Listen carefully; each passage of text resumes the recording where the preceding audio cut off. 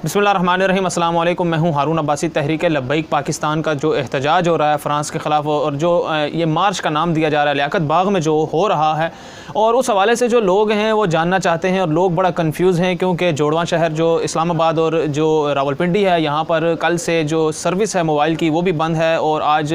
कई शहरों में जो लाइट का प्रॉब्लम था वो भी था, और जो इस हवाले से लोग काफ़ी परेशान हैं, रावलपिंडी ख़ास तौर पर रावलपिंडी के लोग, और ये जानना चाहते हैं। चूँकि मैं अब कुछ देर पहले वहाँ से होकर आया हूँ लियाकत बाग से, मैं अपनी सारी जो चीज़ें हैं, अपना जो एनालिसिस हैं वो कंप्लीट करके आया हूँ। जो चीज़ें हैं, आंखों देखा जो हाल है वो आपके सामने रखना है। लियाकत बाग में सबसे पहले तो मैं आपको बताता चलूँ कि इस टाइम जो लोगों का जो जम गफ़ीर है, जो मुज़ाहिरीन हैं, वो काफ़ी बड़ी तादाद में मौजूद हैं। जो मैंने कवर भी किए हैं वो काफ़ी ज़्यादा पुरजोश, और जिनसे बात की, कुछ सहाफ़ियों से बात की, और जो एडमिनिस्ट्रेशन है उससे कुछ बात की, इंतज़ामिया से कुछ बात की। तो मैंने अपने एनालिसिस हैं मैंने आपके सामने रखने हैं। सबसे पहले तो मैं आपको ये बता दूं कि लियाकत बाग में जो इस टाइम समा है, इस टाइम जो खौफ व खरास फैला हुआ है, लोग परेशान हैं। मैं ख़ुद ज़ाती तौर पर जब वहाँ पर पहुँचा तो मुझे एक, आप कह लें कि एक जंग का समा नज़र आया। बहुत ज़्यादा खौफ व खरास फैला जा रहा है। जो मुज़ाहिरीन हैं उनसे बात की, मुज़ाहिरीन जो हैं वो काफ़ी ज़्यादा पुरजोश हैं, और जो है इंतज़ामिया के ख़िलाफ़ बहुत गुस्से वाली राय रख रहे हैं। इंतज़ामिया की जहाँ तक बात है, इंतज़ामिया का ये कहना है कि इंतज़ामिया ने जो प्री प्लान के तौर पर जो इब्तदाई तदाबीर जो थी उनके मुताबिक जो रुकावटें लगाई ख़ास रूटों पर, और इंतज़ामिया के मुताबिक इनकी रैली को रोकने के लिए कोई रूट नहीं लगाया गया, और पुरअमन तरीके से अगर कोई एहतजाज करता है तो उसका जमहूरी हक़ है। लेकिन यहाँ पर दो गलतफ़हमियाँ ऐसी पैदा हुई जो सूरत हाल को बिगाड़ने की तरफ लेकर गई। उसमें सबसे बड़ी गलतफ़हमी ये हुई कि जब इंतज़ामिया ने रुकावटें लगाई तो मुज़ाहिरीन थे, उन्होंने ये समझा कि ये रैली को रोकने के लिए रुकावटें हैं, और शायद ये जो रैली है वो उसको रोकने के लिए ये रुकावटें लगाई गई हैं, और शायद इन ख़त्म नबूवत सल्लल्लाहु अलैहि वसल्लम पर जो हमारा बोलना है वो इंतज़ामिया को कबूल नहीं, क्योंकि ये जो रैली है ये हज़रत मोहम्मद सल्लल्लाहु अलैहि वसल्लम की नामूस की खातिर, और जो फ़्रांस में गुस्ताखाना खाका जो थे उसके मामले पर ये मार्च किया जा रहा है, एहतजाजी मार्च। जो मुज़ाहिरीन और लब्बैक तहरीक लब्बैक की इंतज़ामिया का ये कहना है, और उनके लीडरान का ये मुतालबा है कि जो फ़्रांस का जो एम्बेसडर है उसको मुल्क बदर किया जाए। तो उस हवाले से जब कोई अब हम डेवलपमेंट सामने ना आई, इस तरह की हुकूमत की तरफ से कोई मस्बत चीज़ सामने नहीं आई, तो फिर इन्होंने ये मार्च का रुख अख्तियार किया और कोई अल्टीमेटम नहीं दिया कितने दिन का। इस वजह से इंतज़ामिया ने जो इब्तदाई तदबीर के तौर पर जो हिफाजती इक़दामात हैं, मखसूस जो रावलपिंडी और इस्लामाबाद के अमन व अमान की सूरत हाल को बरकरार रखने के लिए कुछ जो है वो इक़दामात किए, तो उसको मुज़ाहिरीन ने कुछ गलत रंग देने की कोशिश की। और इस टाइम जो मुज़ाहिरीन हैं वो डंडा बरदार हैं, और अल जिहाद के नारे लगाए जा रहे हैं, और काफ़ी परेशान कौन और काफ़ी मायूस कौन सूरत हाल है। आने वाले दिनों में और आने वाले चंद घंटे बहुत ज़्यादा अहम है इस सारी सूरत हाल में, और ख़तरा ये ज़ाहिर किया जा रहा है कि ये सारी सूरत हाल किसी बड़े इंतशार की तरफ अल्लाह ना करे चली जाए,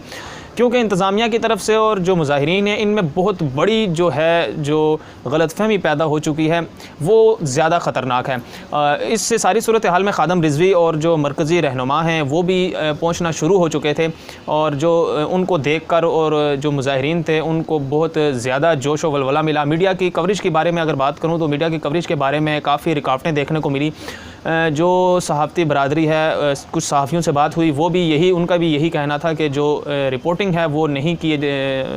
वो करने की इजाज़त नहीं है। मैं ये समझता हूँ कि रिपोर्टिंग करने की इजाज़त देखें उस सूरत में होती है जब मामलात कुछ हद तक बेहतर हों, मामलात जो नाजुक सूरत हाल इख्तियार कर चुके हों, तो फिर मैं समझता हूँ कि एडमिनिस्ट्रेशन की और जो इंतज़ामिया है उनकी ये एक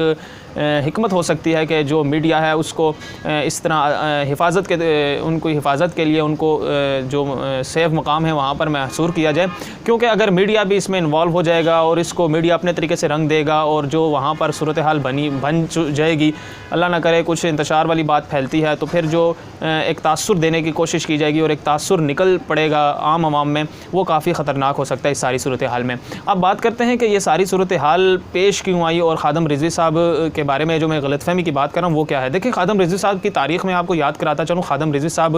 मुस्लिम लीग नून के आखिरी दौर में इस्लामाबाद 2 दफ़ा आए थे। फैज़ाबाद इंटरचेंज पर इन्होंने धरना दिया था, और वो उस वक़्त भी इन्होंने यही कहा था कि हमारा कुछ घंटों का, एक दिन का एहतजाज है, कुछ लम्हात का हमारा एहतजाज, और हम यहाँ सर अपना एहतजाज रिकॉर्ड करवा कर चले जाएंगे। उसके बाद आप सब ने देखा कि वो जब वहाँ पर आए, एहतजाज किया, उसके बाद वो वहीं पर डेरे डाल लिए और जो फंडिंग थी वो हासिल करते रहे बैरूनी क़ुव्वतों से, और फिर वो काफ़ी मुश्किल से और मुल्क को एक इंतशार पे फैलाने की पूरी कोशिश की गई और बड़ी मुश्किल से वहाँ से उनको मुंतशिर किया गया था। और इस दफ़ा भी इसीलिए इंतज़ामिया ने जो सूरत हाल है उसको कवर करने के लिए भी यही किया, क्योंकि खादम रिज़वी साहब इस दफ़ा भी एक जलसा करने की सूरत में आए हैं और ख़दशा ये ज़ाहिर किया जा रहा था कि शायद ये यहाँ से ना उठें और ये रुख कर सकते हैं वापस फैज़ाबाद का। तो इस वजह से जो रुकावटें हैं, कुछ हद तक जो एहतियाती तदबीर अपनाई गई हैं वो अपनाई गई हैं। देखें, यहाँ पर मैं एक पॉइंट बड़ा क्लियर करता चलूँ, रसूल सल्लल्लाहु अलैहि वसल्लम से मोहब्बत का जो बुनियादी हर मुसलमान का ईमान का जो जुज़ है वो बुनियादी जुज़ है। रसूल सल्लल्लाहु अलैहि वसल्लम से मोहब्बत तमाम मुसलमानों को है और अपनी जान देने के लिए रसूल सल्लल्लाहु अलैहि वसल्लम की मोहब्बत के लिए हर मुसलमान हाजिर है।